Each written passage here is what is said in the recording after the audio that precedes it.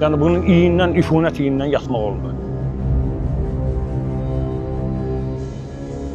İyidən oturamıyor ki. Çatdırmaq qeyri-mümkündür.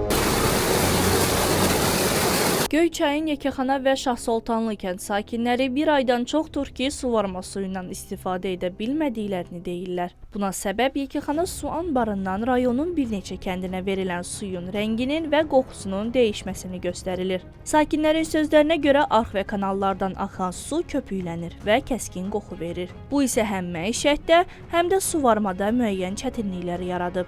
Bu sudan istifadə məqsədi üçün götürürük, mala veririk. Biraz qalanda səhəri gün o malı su içmir.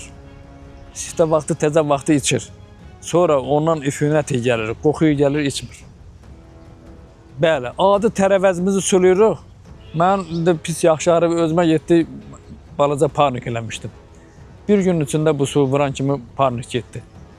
Xəzəl oldu, lobiya da, paxla da, hamısı. Ona görə ki, bu su qarşı natəmizdir. Bu sudan götürüb biz içmək niyyətindən də istifadə eləmişik.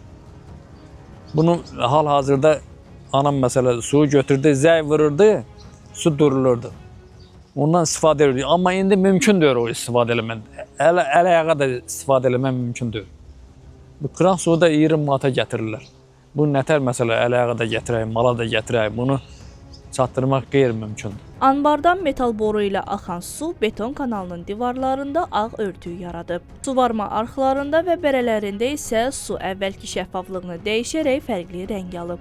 Bu həyat baza suvarmaq üçün, nə bilim heyvan qaranı, özümüzün gündəlik tələbatımızı təmin eləməkdən ötürü bu su gəlir. Yay vaxtı gəlir, bu gəlməyindən bunun narazılığımız yoxdur. Amma bu gələn sudan heç cürə istifadə eləmək mümkün deyil. Heç cürə. Bu nəyə yayır, bir nə bilmirik, baxırlar boşdu-boşuna.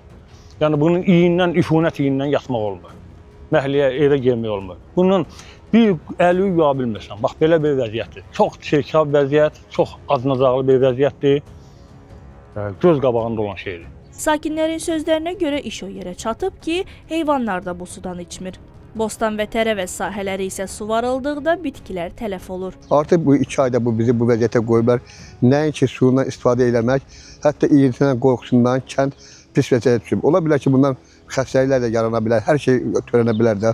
Ona görə də üzümüz bütün aidiyyəti qurumlara və kanallara hamısına xahiş edirik ki, bizə dəstək olsunlar. Biz bilmirik bu nədir. Allahdan gələn bəladır, bəndədən gələn bəladır nədir? Bunu araşdırılıb, xahiş edirəm, bu cəmaata dəstək olasınız və bu suyu öz əvvəlki vəziyyətinə qaytara bilərsiniz. Ünvanlikdə da, evdə da, qab yumaqda bundan istifadə edirik. Bizə kran suları gəlmir. Bir də kran suyu gedirib qədlərlə gətiririk, traktorla gətiririk, içmək suyu. Amma qalan şey bundan istifadə edirik. Bundan da 2 ayda istifadə eləyə bilmirik. Heç cürə, öydə də kanalın qırağında yox deyənə iyidən oturamırıq. Bax, bu belə şey olar, bu nədir ki bu? Bu nədir? Ağa, bax, bu görün, göz qabağındadır su.